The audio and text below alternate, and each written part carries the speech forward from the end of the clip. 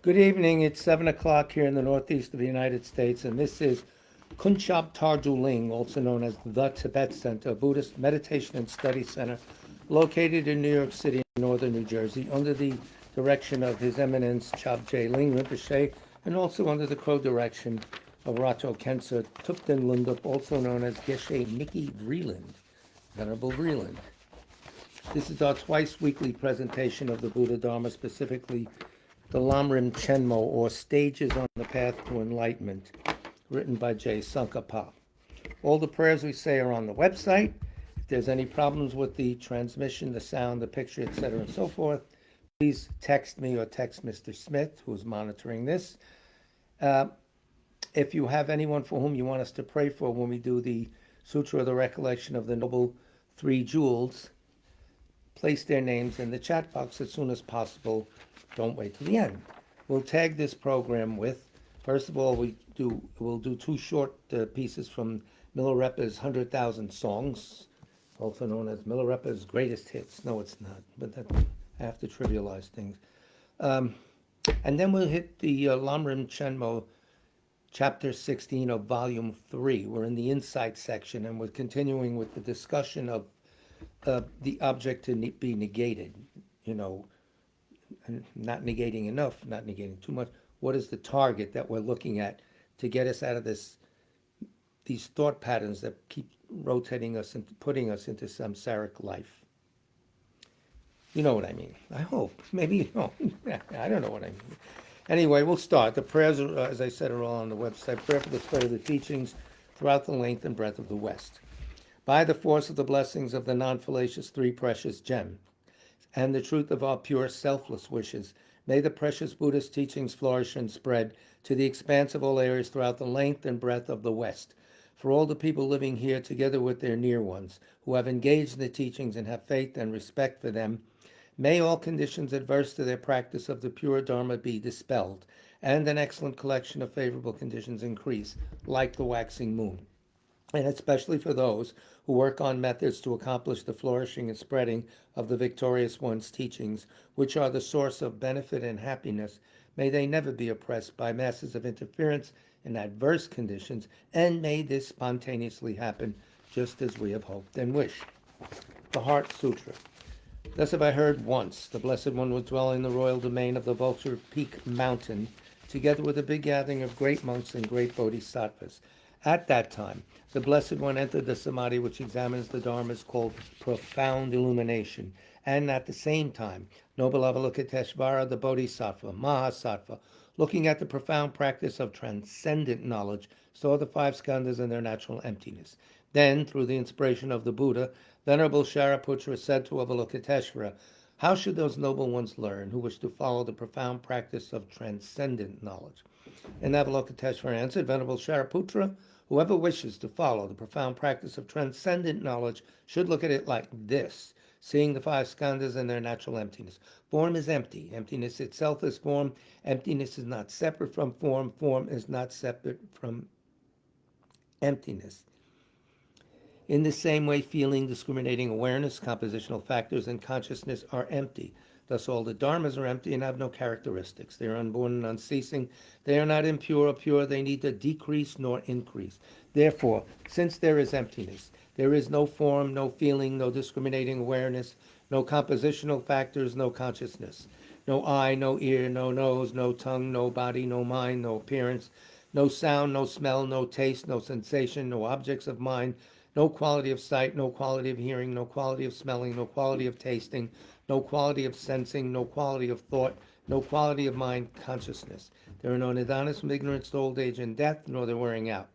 There is no suffering, no cause of suffering, no ending of suffering, and no path, no wisdom, no attainment, no non-attainment. Therefore, since there is no attainment, the bodhisattvas abide by means of transcendent knowledge. And since there is no obscurity of mind, they have no fear. They transcend falsity and pass beyond the bounds of sorrow. All the Buddhas who dwell in the past, present, and future by means of transcendent knowledge, fully and clearly awaken to unsurpassed, true, complete enlightenment. Therefore, the mantra of transcendent knowledge, the mantra of deep insight, the unsurpassed mantra, the unequaled mantra, the mantra which calms all sufferings should be known as truth, for there is no deception In transcendent knowledge, the mantra is proclaimed Tayata Om Gate Gate Para Sam Gate Bodhisoha. O Shariputra, this is how Bodhisattva Mahasattva should learn profound transcendent knowledge. Then the Blessed One arose from that samadhi and praised the Bodhisattva Mahasattva Avalokiteshvara, saying, Good, good, O son of noble family, profound, transcendent knowledge should be practiced just as you have taught, and the Tathagatas will rejoice. When the Blessed One had said this, Shariputra and Avalokiteshvara, that whole gathering in the world with its gods, humans, asuras, and Gandharvas, their hearts full of joy, praised the words of the Blessed One. Refuge and Bodhisattva vow, which we say 3 times. With the wish to free all beings, I shall always go for refuge to the Buddha, Dharma, and Sangha until I reach full enlightenment. Enthused by wisdom and compassion today in the Buddha's presence, I generate the mind for full awakening for the benefit of all sentient beings. As long as space remains, as long as sentient beings remain, until then may I too remain and dispel the miseries of the world. With the wish to free all beings, I shall always go for refuge to the Buddha, Dharma, and Sangha until I reach full enlightenment. Enthused by wisdom and compassion today in the Buddha's presence, I generate the mind for full awakening for the benefit of all sentient beings. As long as space remains, as long as sentient beings remain, until then may I too remain and dispel the miseries of the world. With the wish to free all beings, I shall always go for refuge to the Buddha, Dharma, and Sangha until I reach full enlightenment. Enthused by wisdom and compassion today in the Buddha's presence, I generate the mind for full awakening for the benefit of all sentient beings. As long as space remains, as long as sentient beings remain, until then may I too remain and dispel the miseries of the world. May all the pains of living creatures ripen solely upon myself, and through the might of the Bodhisattva Sangha, may all beings experience happiness. May the teachings which are the sole medicine for suffering and the origin of every joy be materially supported and abide for a very long time. I prostrate to Manjagosha, through whose kindness wholesome minds ensue, and I prostrate to my spiritual masters, through whose kindness I develop. And one more, prayer for the swift return of Rato Chungla Rinpoche, composed by His Holiness, on the website. Exalted wisdom of all victors gathered in a drop. Soul refuge manifest in the form of the one wearing saffron robes, Guru Lozang Tubuang Dorje Chang. Please bear witness here today that our prayers may be fulfilled. We beseech the great torch of doctrine, accomplishing from long ago the vast waves of aspirational prayers, Lord of speech of the Victor Lozang's teachings, spreading them to the ends of the earth by means of explanation and practice. Though holding the commitment, I will invite all beings to be my guests in unsurpassed great awakening. Yet you have withdrawn the activities of the form body that serves the welfare of others. Is that worthy of the supreme among beings, the Bodhisattvas? Though impossible for you till cyclic existence's end, to abandon your commitment to liberate all beings, we beseech the new son of Nirmanakaya to swiftly return from the realm of Dharmakaya, brought forth by Bodhicitta, drawn by 7 steeds. Having reached the far limits of scholarship, religious life, and goodness, please come swiftly as an unrivaled supreme emanation, full holder of the sage's teachings and wish-fulfilling jewel, return as the glory of Lozang Tenpe. Magnificent truth of the 3 precious jewels, Mahakala, Karmayam, and Srimata Devi, in the ocean of Dharma protectors, may you spontaneously fulfill our wish, the swift blossoming of the reincarnation's fresh moonlight face. So, as advertised, we'll start first with 2 little chapters from Milarepa, and then we may nerd out a little bit and clarify the object of negation from His Holiness's volume 8, Realizing the Profound View. Maybe. Anyway, this is the usual text with 100,000 songs of Milarepa. Aradhana, I know you have a copy, so this will be chapters 15 and 16. Oh, if you're online, Aradhana, I know you're alive. Alive and online. Yes, you are. Okay, great. So, meeting Seban Repa. A lot of these stories are about how Milarepa met his disciples. And remember, these are songs that he sang. These are poems, but they're also accompanied by his, what they call a damyen, like a guitar. Looks like a little bit. 4 strings, I think. Damyen, I am told constantly. I mean, all night long. It means sweet sound. Anyway. So, and this would be on chapter 15, the heading. There's no, I don't know who started this tradition of putting no page numbers on chapters, headings, but page 147. Namo Guru. The Jetson Milarepa, after meditating at Jangtago, went to meditate at Sri Mountain. Along the road, he stopped at an inn in the northern part of Yeru. At the inn, there was a geshe named Yakru Tangpa, who had come with a retinue of monks. The merchant Dawa Norbu was also staying there with many goods and livestock, along with a large retinue. Livestock in the inn? A little messy, no? Anyway, the Jetson went to the merchant Dawa Norbu and his retinue to beg for provisions. If you yogis would make a living yourselves instead of begging from other people, you would be much happier. Obviously, he's a Republican. The merchant said, scolding him.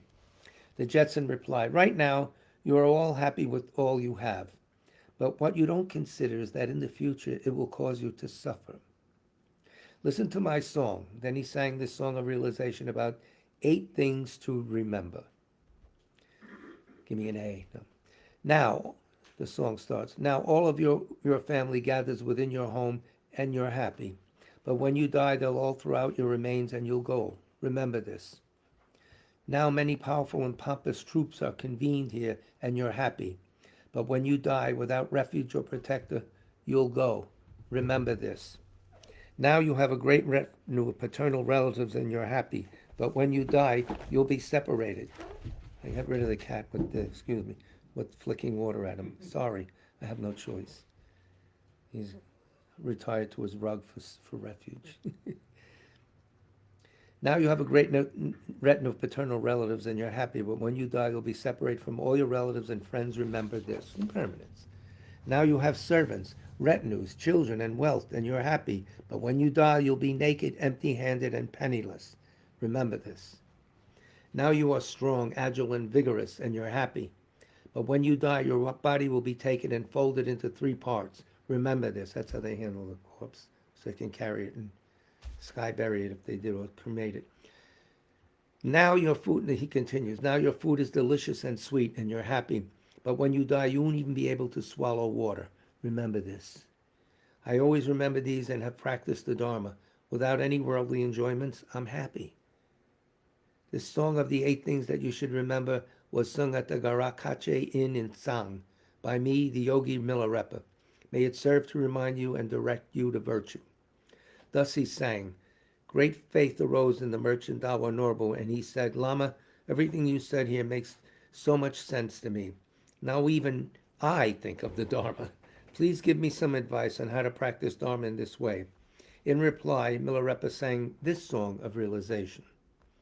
Always called songs of realization. He had accomplished these things. It's not something he read and is relaying like what I do here. No. So, in this rugged mountain, Milarepa's song starts. The note says rugged mountain. It could be either rugged place or a place with powerful local spirits. So the word can mean 2 things. In this rugged mountain retreat, a place with qualities, with faith and respect, I supplicate you. Precious Guru who has the view and conduct, may all who practice this be unmistaken in the meaning. When the mind runs wild, apply the view that subjugates it. The characteristics perceived by mind are self-liberated. How marvelous. When the mind is unhappy, beg for alms with one taste. All objects are self-liberated. How marvelous. It's high teachings. When meditative experiences are unpleasant, consult one with experience. Consulting a friend with experience will help your mind. If you don't have confidence, read the Victorious One's teachings. Through these words of truth, you will gain certainty. When your heart is heavy, supplicate the Lord. The blessings of the Father Guru will benefit your mind.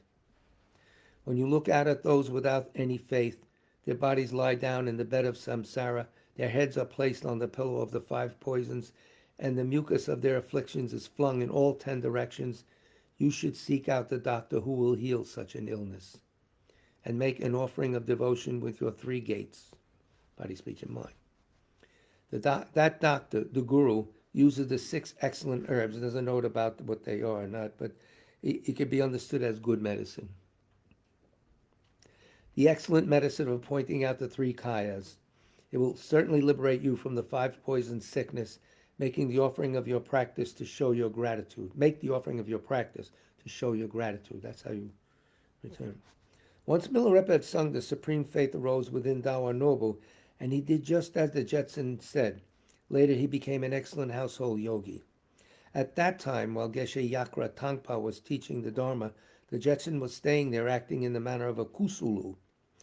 It means a do-nothing or beggar who just eats, sleeps, and defecates. They called the Shantideva that too. Outwardly. Inwardly. Obviously, he was a great, great, great yogi. So at the time when Geshe Yakru Tangpa was teaching the Dharma, the Jetson Milarepa was staying there acting in the manner of a kusulu. The Geshe's monks would all engage in the Dharma activity of reciting and memorizing in the evenings. At night they would sit straight, meditating in deep samadhi. In the morning they would again do their Dharma activity of reciting and memorizing. Once at breakfast time, the Jetson went to beg for something to eat. The monks said to him with contempt, "You pretend to be a yogi outwardly, but you can't do any recitation and memorize anything. You can't meditate in samadhi. You can't even recite any mantras." This is, you can take something from this, because a lot of people think they're already advanced and they can now start judging. Here's a great yogi that came to him. They used to make that mistake with a lot of people we know, including our teacher, Tsong-kha, who ordinarily walked around sometimes in ragged clothes, not ragged, but ordinary working guy clothes. Didn't know who he was. They would start telling him things, advice for him. The monk said to him with contempt, "You pretend to be a yogi outwardly, but you can't do any recitation or memorize anything. You can't meditate in samadhi. You can't even recite any mantras. Then to come here to a group of the monastic sangha begging for things that were donated to them, what a shame." Oh boy.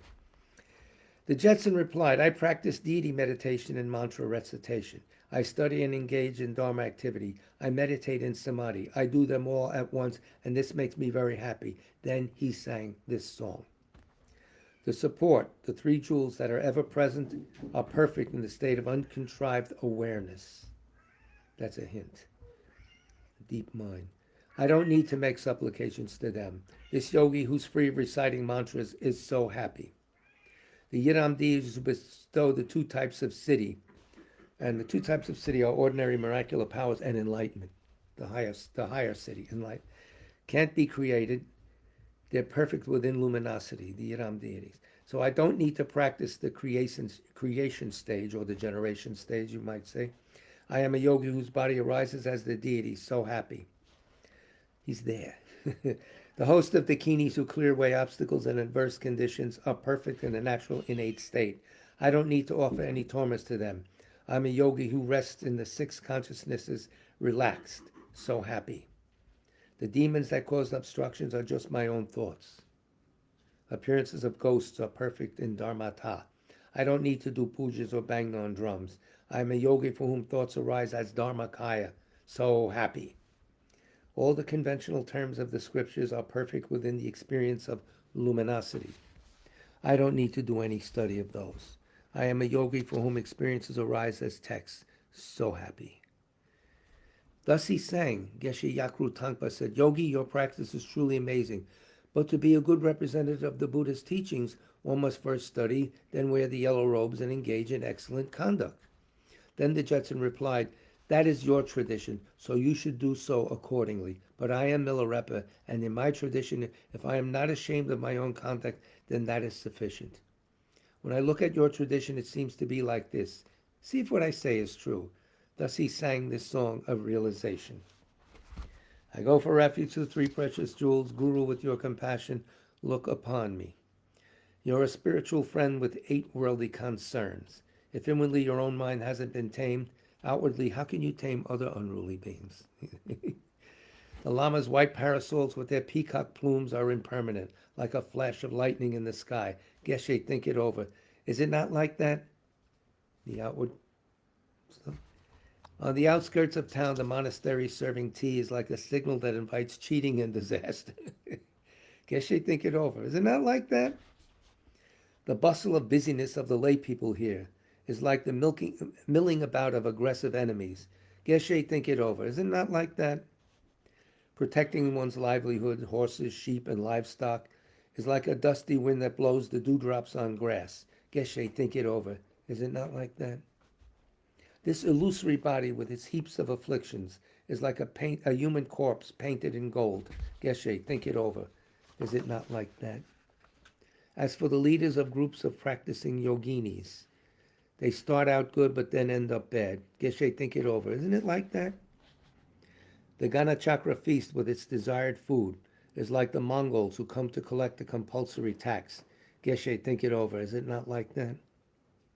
Village rituals, divinations, bond rites, and astrology are like schemes to force one to hand over lots of money. Geshe, think it over. Isn't it like that? The little songs sung to deceive female students are like the howls of a cat in heat. Geshe, think it over. Is it not like that?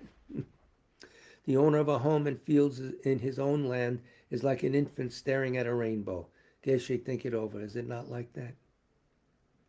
The arrogant students in the assembly here are like the servants of many ministers.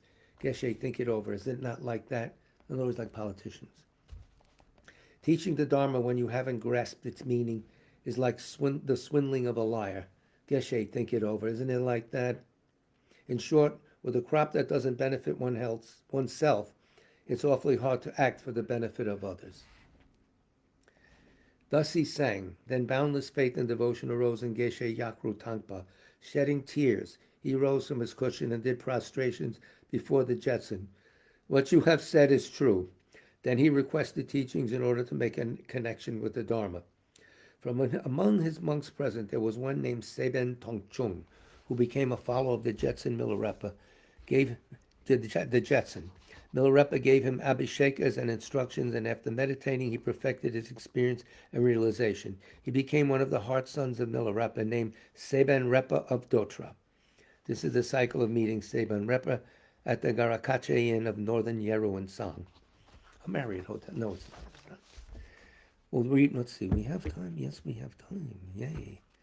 We'll read chapter 16 also, very short, 2.5 pages. Meeting Drigam Repa. They all got the name Repa, like I said before. Like the Ramones, Joey Ramone, whatever. Namo Guru. Once the Jetson Milarepa was doing his practice while residing at Gyalgi Shri Mountain in Lato. At that time, the leader of a band of bandits, along with several of his henchmen, came upon the Jetson. When they saw that Milarepa had no material possessions or provisions of any kind, and that he was practicing the genuine Dharma, faith arose in them. Lama, why are you staying in this place with such pure quality water and so few resources? Please come to our home. We will offer you service. The Jetson replied, although this place has poor water and few resources, it's because of this that what I really need, my meditative concentration, is flourishing. It's a remote place. Though your home may have many nice amenities, I will not go. That said, if any of you are fortunate and have karmic propensity, come to Gyalshri Mountain to meditate. Thus he sang this song of realization. A marvelous sight, Gyalgi Shri Mountain. The journey there is long, but it's a sight near the path. Near the path. Is there a fortunate one here with karmic propensity? Go to Gyalgi Shri Mountain. If there's someone who's let go of this life, then go to Gyalgi Shri Mountain. This marvelous sight, Gyalgi Shri Mountain. There, water is distant, but experience and realization are near. If there's a fortunate one here with karmic propensity, go to Gyalgi Shri Mountain. If there's someone who's let go of this life, then go to Gyalgi Shri Mountain. He's giving you the requisite renunciation. You got it? I think you do. Page 156. The marvelous sight, Gyalgi Shri Mountain, where water and firewood are rare, but many dakinis gather. If there is a fortunate one here with karmic propensity, go to Gyalgi Shri Mountain. If there's someone who's let go of this life, then go to Gyalgi Shri Mountain. These are songs, so there's a little chorus that repeats, and that serves to cement in memory the two lines preceding it. The marvelous sight, Gyalgi Shri Mountain. There, the Yiram with blessings, Chakra Samvara, resides. He is a Yiram who bestows the cities. If there is a fortunate one here with karmic propensity, go to Gyalgi Shri Mountain. If there's someone who's let go of this life, then go to Gyalgi Shri Mountain. The marvelous sight, Gyalgi Shri Mountain. There the wondrous Dharmapalas Mahakala and Mahakali reside. There the Dharmapalas who clear away obstacles. If there is a fortunate one here with karmic propensity, go to Gyalgi Shri Mountain. If there is someone who's let go of this life, then go to Galgi Shri Mountain. Thus he sang. Then the bandit's leader developed great faith, and he prostrated, taking the Jetson feet to the crown of his head. May we meet in the very near future, he said, and left. Later, when the man went to meet the Jetson, he brought a large piece of turquoise. He wondered if it were really best to offer it to Milarepa, thus giving rise to some misguided doubts. I wonder if I should do that. Ooh, a little neurosis here. So, holding it back, he brought another gift to offer in place of the turquoise. First, when he offered the smaller gift, the Jetson smiled and said, "You don't need to have any doubts about offering the turquoise that you have intended for me." Uh-oh. I have no need for turquoise, but if you offer it, it will perfect your accumulation of merit. Thinking that Milarepa had the unimpeded higher perception, the man offered the turquoise, and Milarepa accepted it. Milarepa then returned the turquoise, saying, "Here, use it for your retreat provisions." He really has no attachment to wealth, the man thought, and attained unwavering faith. He then followed the Jetson in as an attendant and was given the abhishekas and instructions. Abhishekas are blessings. Instructions are instructions. Through meditation, he perfected his experience and realization. Thus, the man became one of Milarepa's heart son, Drigam Lingkawa. This is the cycle of meeting Drigam Repa at the Gyalgi Shri Mountain. This concludes our Milarepa portion of the program. Anyway, so I hope, Aradhana, you're enjoying this book immensely. The guy did such a good job translating. He died young. What a tragedy for all of us. Christopher Stagg. Okay, we're on the topic of, I think we'll nerd out just a little bit, a little technicalities from His Holiness's 8th volume here, Realizing the Profound View.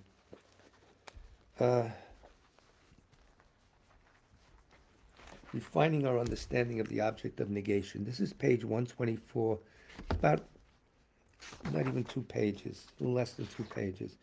So it's technical, but His Holiness has laid it out nicely. It's high protein material. And we're on that topic.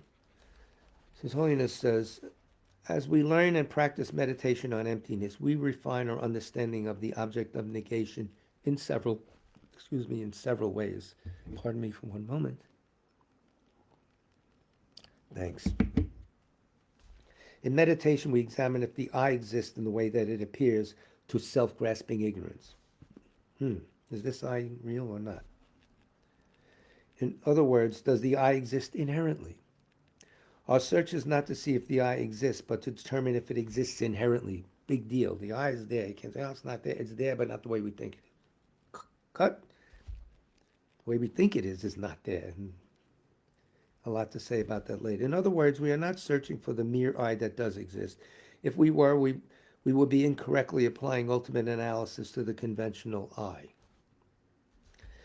Doing that runs the risk of falling to nihilism because we can't find the I as either one with or separate from the aggregates and would erroneously conclude that the I doesn't exist at all. However, when analysis is done correctly, we understand that the I does not exist inherently. It exists dependently.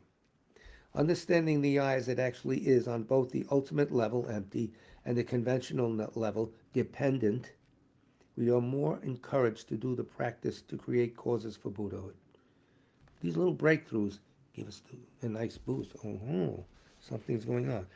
Page 125, His Holiness continues. Identifying the object of negation involves contemplating what inherent existence would be if it existed.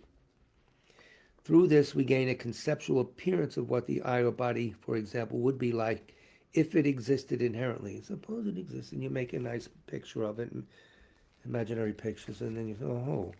Here we are called to differentiate the appearance of inherent existence from inherent existence itself. The appearance of inherent existence, which is what we see all the time, from inherent existence itself. The appearance of inherent existence and its existence exists and is known by reliable cognizers, where inherent existence doesn't exist at all. The appearance exists by reliable cognizers or an ordinary corrupted, ignorant mind, but inherent existence itself does not. That's a product of imagination, imputation, you could say. For example, if we imagine flowers in the sky, the conceptual appearance of flower in the sky exists, whereas the flowers don't. Hand me those. If the difference between these two is not clear, we might conflate the appearance of inherent existence with inherent existence itself and negate the former, which is an existent object. We're negating the appearance of it, negate inherent existence itself. Eventually that appearance goes. But existence are not the object of negation. Existence are not the object of negation. This is technical, but you got to think this over. By not negating existence, we negate too much and fall to the extreme of nihilism. What makes this challenging is that before finding the correct middle way view, we are unable to distinguish the mere I and the inherently existent I with a reliable cognizer, with a reliable mind. We can't, it's hard. So don't feel bad. This is tough. This is the whole kernel of the Buddhist doctrine, the highest teachings. So we do it first with a mind of correct assumption by relying on a term generality or meaning generality. Okay? A term generality appears to the mind when someone describes something we have never seen, in this case, inherent existence, and an image of it appears to our mind. We make something up and tag, oh, that's where I'll go to find that in the mind. We do this. Watch it. We won't do a little exercise about that now, but there are exercises you can do where someone will mention something you never saw, and when you watch your mind make a picture of it, then maybe they show you the actual place, and then you have a clearer, so things like that. However, let us Holiness continue, page 125. Although it is difficult to distinguish between inherent existence and the appearance of inherent existence, doing so is important. Hard but necessary. First, it ensures we negate the actual object of negation and not an existent phenomena when we meditate on emptiness. Otherwise, we won't have any experience, all right? Second, it enables us to better understand what Buddhas perceive, in that inherent existence does not appear to Buddhas' minds from their own side because Buddhas have abandoned cognitive obscurations. But Buddhas do perceive the appearance of inherent existence that appears to sentient beings' minds because that appearance is inexistent, and all existents are known by the Buddha's omniscient minds. Aha. So they say the Buddha never saw an inherent existence because it doesn't exist, but he sees the appearance of it to beings' minds. The appearance is inexistent. It's an imaginary thing, but it's there. So that's how the Buddhas know. How does emptiness appear to a mind that ascertains it? If our understanding of emptiness is incorrect and we equate emptiness with a vacuity that is nothingness, we have not ascertained emptiness. It could also happen that with analysis we generate a correct understanding of emptiness, but lose it later in the meditation session so that we begin to meditate on nothingness. This could happen because of a lack of concentration or because our initial understanding was a correct assumption, not ascertainment of emptiness. Another point.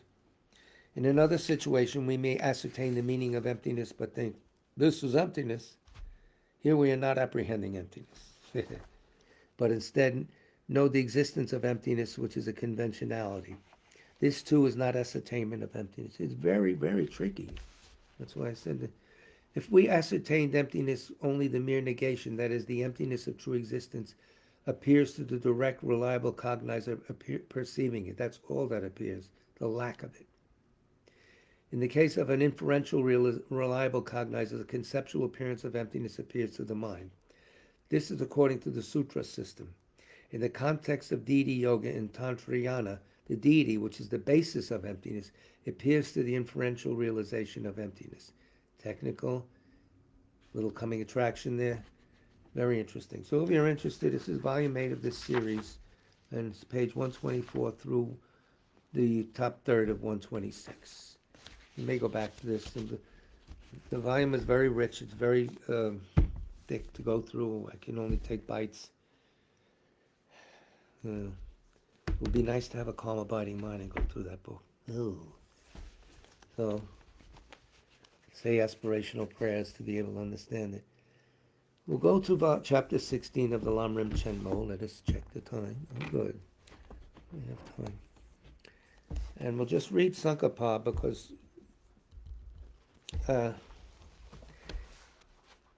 you're going to need a commentary. The way it's expressed here is kind of difficult. But we're going to go to page 199 and read through the end of 201. Not too much. Just let it go through you, because then Geshe Sopa will pull it apart with a little more fluidity, a little more experience and stuff, a little wordier, but we won't finish this class with it, but maybe. Let me start. 199, the second full paragraph down. Accordingly, compound phenomena such as eyes are not natures in the sense of being essentially existence, nor that they are natures when reality is posited as the final nature. Just let it go at that. There's two ways of using the word nature. One is the nature of fire to be hot. The other is what they're using as they're using it here, or he's using it. Just let it roll, because it's going to be redone. So they are neither sort of nature. Ultimate truths are natures when reality is posited as the final nature, but what establishes them as such natures is that they are fabricated, and do not depend upon something else. They do not at all exist as natures in the sense of being essentially existent, thus they exist merely conventionally.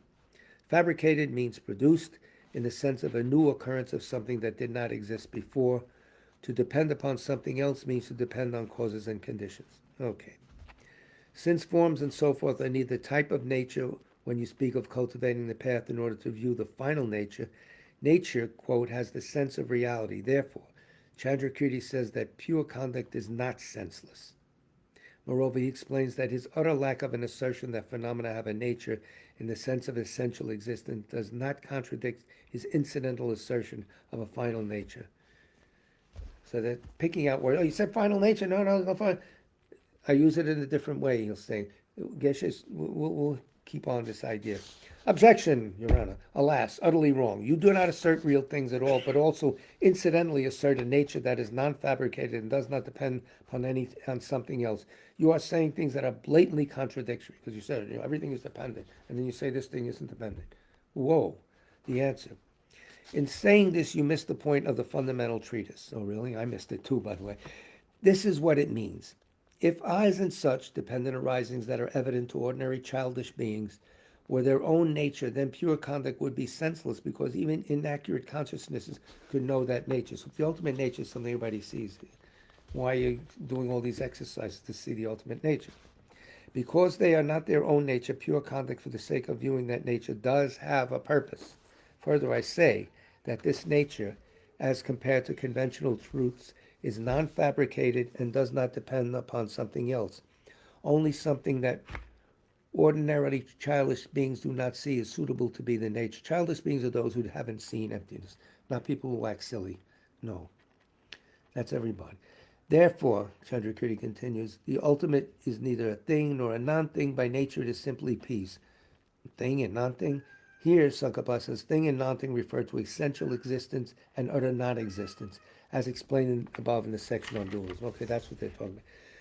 Tsong-kha-pa continues on 200, page 200. When you as an ordinary being determine that phenomena lack even a particle of essential intrinsic nature, you find that emptiness of intrinsic nature, is an attribute of the phenomena, such as form, that serve as its substrata. Remember, emptiness to be empty of something, right?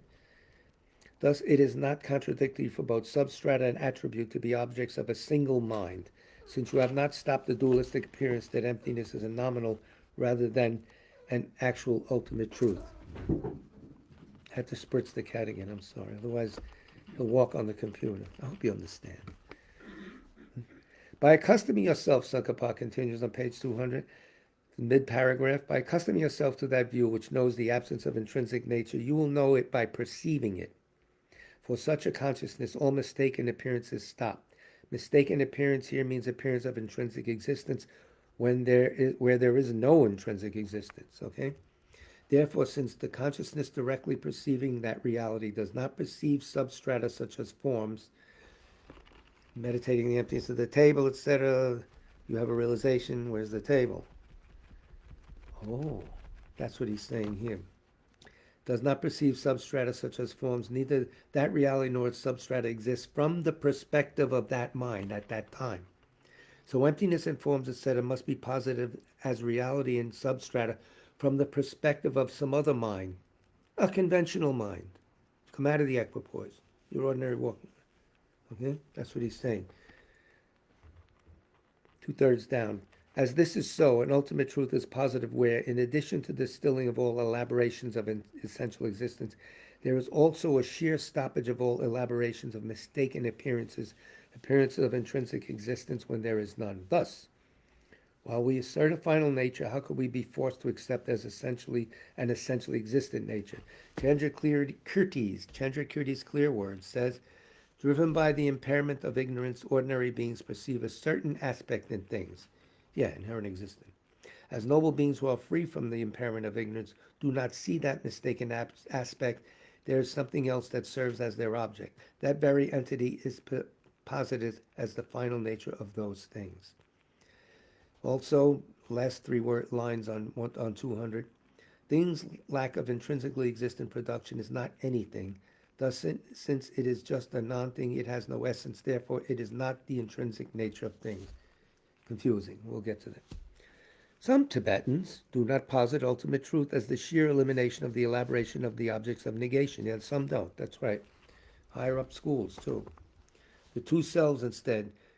That is in negation, the two selves, self of phenomena, self of persons, that's the object of negation. Instead, they hold that as the object of a mind that is non-mistakenly knows how things exist, the ultimate appears to exist under its own power. Just as things such as blue or yellow appear to an ordinary mind. And there's emptiness. There it is. No.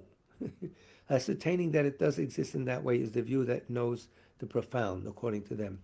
They also claim that it is a misstep with regard to the correct view to regard external and internal phenomena, the basis with regard to which living beings cling to the two selves, as lacking intrinsic existence. They're off the ball. They're off the proper trail. These assertions stand outside the sphere of all the scriptures, Hinayana and Mahayana. They accept that it is necessary to stop the conception of self, the root that binds all living beings in cyclic existence. Yeah, sounds good. They then assert that you do not stop the conception of self by realizing that there is no intrinsic existence in the substrata it apprehends as a self. You know, the tables, you can't say it has no intrinsic existence. What? That's what they're saying. Rather, you stop it by knowing as truly existent some other unrelated phenomena. Silly. This is no different from the following scenario, and here it is very clear. Suppose there is no snake in the east, but someone thinks that there is and is terrified. You say to the distressed person, you cannot stop your idea that there is a snake by thinking in the east there is no snake at all. Rather, you should think there is a tree in the west. Oh yeah? That will stop your idea that there is a snake and will end your distress. Wow. This guy should be a car salesman. Hence, you who wish the good for yourselves should stay far away from such wrong views. Yes, run. You should work on the method for eradicating the way that ignorance apprehends things, this ignorance being the root of all that binds you and degrades you in cyclic existence, the thing that causes you trouble. Regarding this method, the text of the father, the noble Nagarjuna, and his spiritual son Aryadeva clearly set forth vast collections of arguments that build deep and certain knowledge of the definitive scriptures and how it is that the meaning of these scriptures cannot be otherwise interpreted. Relying on these texts by Nagarjuna, Aryadeva crossed to the other side of the ocean of cyclic existence. In other words, he's telling you, please study the relevant texts. Come to your conclusion. That's his instruction all the time. To avoid missteps in teaching the Madhyamika view, it is most crucial to refute wrong ideas about the object of negation. What are we getting rid of? For that reason, I have given an extended explanation. That's the end of chapter 16. So, with heavy heart, we leave chapter 16 and we go to, with light heart, Geshe Sopa's explanations. Oh boy, let me find them. I wrote all over the page. We're going to pick up on page 244 of Geshe Sopa's volume 5 of his Lamrim Chenmo 5-volume commentary. We always put the book on the screen. You can take a picture and find it. There's a copy of this in the center, so you want to curl up with a good text. Here it is. So page 244, almost halfway down. Yeshe Sopa says, Tsong-kha-pa says that the term nature, now we're going to talk about natures again, and he's going to explain what nature is. There's a whole debate, definition about natures are, how you can use the term and how not. Different from the way we sort of use it in everyday speech. And you have to know that so you don't start reading and get confused. Tsong-kha-pa says that the term nature refers to the suchness or reality of phenomena. This is shunyata, emptiness, ultimate nature, true nature, or final nature. That's one way of using the word. The final nature is not fabricated, and it does not depend on other causes and conditions. That's the way things were. It's not that Buddha created it and declared, this is what I'm telling you to. He discovered with a calm mind the way things really are. That's what's there behind everything. And you should do that too, he's telling us. It's not something promulgated by a divine creator or something, or lawgivers or anything. That's the way things already are, but we don't see them. We have to clear our minds so we can then see them. Then we will live in sync with real reality, not our projected reality. That's the word here. Consider the following example. Form is empty of inherent existence. The emptiness of inherent existence of form is the nature of form. That emptiness of form is not dependent on causes and conditions, yes, and is not dependent on being compared with something else. It is its own true nature. Emptiness is. Nagarjuna also mentions a third attribute, not changing from one state to another. That's right, emptiness is permanent. Doesn't change the way it is. It does not change moment by moment. Moreover, the fact that form is empty of inherent existence never changes. Form is always empty. This applies to any basis. Feelings are empty, etc. Always were, but we didn't realize it. We're empty of inherent existence. We don't realize it. Now, conventional nature, and you hear sometimes in the text, in a more general sense, the word, quote, nature can refer to a temporary conventional nature. Fire is hot and ice is cold, all right? You want to repeat that? Fire is hot and ice is cold. You heard it first. If you put a pan full of ice over a fire, the ice will melt and become hot water. The heat in the water is not the nature of water. The water is made hot by certain causes and conditions. However, every fire is hot. There is no fire that is not hot. So we can say that he's the conventional nature of fire. It's the conventional nature of fire to be hot. There's no fire that is not hot, so we got that. However, heat is not its ultimate nature. Whoa. The true nature of fire is that it is empty of inherent existence. Conventional nature, it's always hot. Ultimate nature, it's empty of inherent existence. Okay, so maybe that clears up something. Seems to have helped me a little bit. Not too much. I'm very recalcitrant.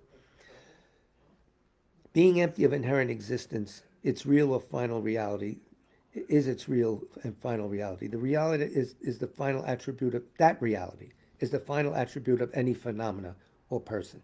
That's it. That's it. Ultimate nature, you might call it in this context. So the question becomes, does this highest reality, described by Nagarjuna as possessing three attributes, exist, or is it the object of negation? All right? If we were to consider the highest reality to exist as a functional thing, keyword, then it would be an object of negation. And he thinks functional is in dependent situation. So hold on. For causally produced functional things are not this highest nature, nor do they possess its attributes. However, this highest reality is not an object of negation in general. It is not totally non-existent. If we consider this highest nature to exist as shunyata, then it is perfectly affirmed. It is the ultimate nature of things, and it has three attributes specified above. 1, not produced by causes and conditions, always around. 2, not established in dependence on comparison with others, and not subject to change. Those three things. Not produced by causes and conditions, not established in dependence on comparison with others, and not subject to change. What's established in comparison with others? Tall needs a short, right? Hot needs cold, whatever. So when Nagarjuna talks about a nature in this passage, he's not talking about the object of negation. Chandrakirti proves this by citing a sutra and commentary on the introduction to the Middle Way. I think that's Madhyamaka Bhaishya. We'll read that quote and we'll stop. Does a nature having these special attributes exist as accepted by the Master Nagarjuna? Yes, it is the ultimate reality, extensively taught by Buddhas such as whether the Tathagata appears or not, or does not appear, the ultimate reality of all phenomena abides. It's always there. What is this ultimate reality? It is the final nature of these eyes, and so on. What is the final nature of these things? It is something of theirs that is not made and is not comparatively dependent on others. It is their own essential nature that must be realized by the wisdom that is free from the obscurations of ignorance.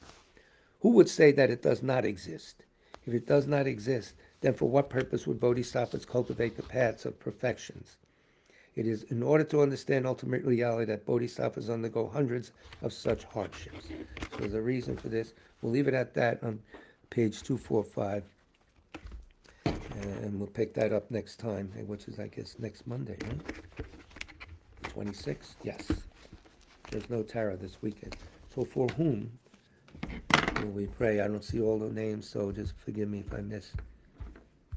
Happy solstice. Yes, today's the longest day. That's it. Not many attendees and not many comments. So for whomever you wish.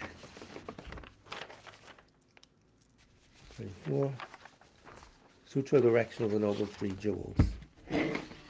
I prostrate to the Omniscient One. Thus the Buddha, Bhagavad, Tathagata, Arahat, Samyak Sang Buddha, the learned and virtuous one, the Sugata, the knower of the world, the charioteer and tamer of beings, the unsurpassable one, the teacher of devas and humans, is the Buddha Bhagavat. The Tathagata is in accord with all merit. He does not waste the roots of virtue. He is completely ornamented with all patience. He is the basis of the treasures of merit. He is adorned with the minor marks. He blossoms with the flowers of the major marks. His activity is timely and appropriate. Seeing him, he is without disharmony. He brings true joy to those along with faith. His knowledge cannot be overpowered. His strength cannot be challenged. He is the teacher of all sentient beings. He is the father of bodhisattvas. He is the king of noble ones. He is the guide of those who journey to the city of nirvana. He possesses immeasurable wisdom. He possesses inconceivable confidence. His speech is completely pure. His melody is pleasing. One never has enough of seeing him. His form is incomparable. He's not stained by the realm of desire. He's not stained by the realm of form. He's not affected by the formless realm. He is completely liberated from suffering. He is completely and utterly liberated from the skandhas. He is not possessed with dhatus. His ayatanas are controlled. He has completely cut the knots. He is completely liberated from extreme torment. He is liberated from craving. He has crossed over the river. He is perfected in all the wisdoms. He abides in the wisdom of the Buddha Bhagavats who arise in the past, present, and future. He does not abide in nirvana. He abides in the ultimate perfection. He dwells on the bhumi where he sees all sentient beings. All these are the perfect virtues of the greatness of the Buddha Bhagavat. The Holy Dharma is good at the beginning, good in the middle, and good at the end. Its meaning is excellent. Its words are excellent. It is uncorrupted. It is completely perfect and completely pure. It completely purifies. The Bhagavad teaches the Dharma well. It brings complete vision. It is free from sickness. It is always timely. It directs one further. Seeing it fulfills one's purpose. It brings discriminating insight for the wise. The Dharma, which is taught by the Bhagavad, is revealed properly in the Vinaya. It is renunciation. It causes one to arrive at perfect enlightenment. It is without contradiction. It is pithy. It is trustworthy and puts an end to the journey. As for the Sangha of the Great Jnana, they enter completely. They enter insightfully. They enter straightforwardly. They enter harmoniously. They are worthy of veneration with joined palms. They are worthy of receiving prostration. They are filled of glorious merit. They are completely capable of receiving all gifts. They are an object of generosity. They are a great object of complete generosity. The protector who possesses great kindness, the omniscient teacher, the basis of oceans of merit and virtue, I prostrate to the Tathagata. Pure, the cause of freedom from passion, virtuous, liberating from the lower realms. This alone is the supreme ultimate truth. I prostrate to the Dharma, which is peace. Having been liberated, they show the path to liberation. They are fully dedicated to the disciplines. They are a holy field of merit and possess virtue. I prostrate to the Sangha. I prostrate to the Buddha, the leader. I prostrate to the Dharma, the protector. I prostrate to the Sangha, the community. I prostrate respectfully and always to these three. The Buddha's virtues are inconceivable. The Dharma's virtues are inconceivable.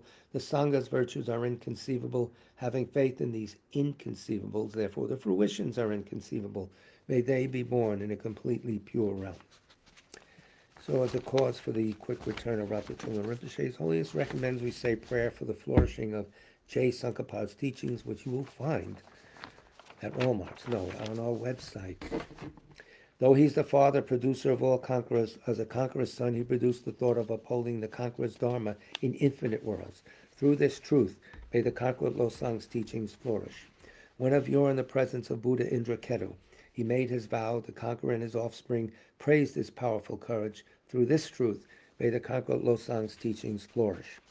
That the lineage of pure view and conduct might spread, he offered a white crystal rosary to the sage, who gave him a conch and prophesied. Through this truth, may the conqueror Losang's teachings flourish. His pure view free of eternity or destruction, his pure meditation cleansed of dark fading and fog, his pure conduct practiced according to the conqueror's orders, may the conqueror Losang's teachings flourish. Learn, since he extensively sought out learning, rightly applying it to himself. Good, dedicating all for beings and the doctrine, may the conqueror Losang's teachings flourish. Through being sure that all scriptures, definitive and interpretive, were without contradiction, advice for one person's practice, he stopped all misconduct, may the conqueror Losang's teachings flourish. Listening to explanation of the three Pitakas, realized teachings, practice of the three trainings, his skilled and accomplished life story is amazing. May the conqueror Losang's teachings flourish.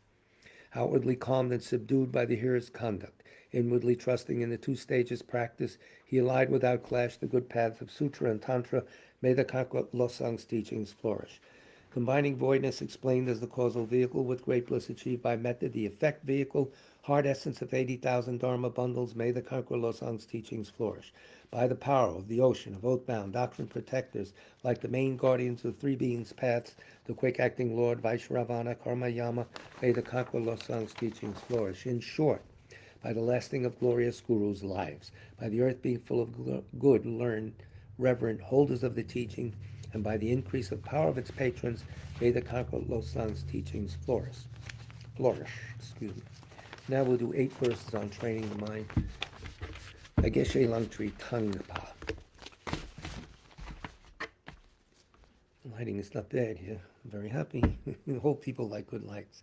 With the determination to accomplish the highest welfare of all sentient beings who surpass even a wish-granting jewel, I will learn to hold them supremely dear. Whenever I associate with others, I will learn to think of myself as the lowest amongst all, and respectfully hold others to be supreme from the very depths of my heart. In all actions, I will learn to search into my mind, and as soon as a disturbing emotion arises, endangering myself and others, I will firmly face and avert it. I will learn to cherish ill-natured beings and those oppressed by strong misdeeds and sufferings, as if I had found a precious treasure difficult to find.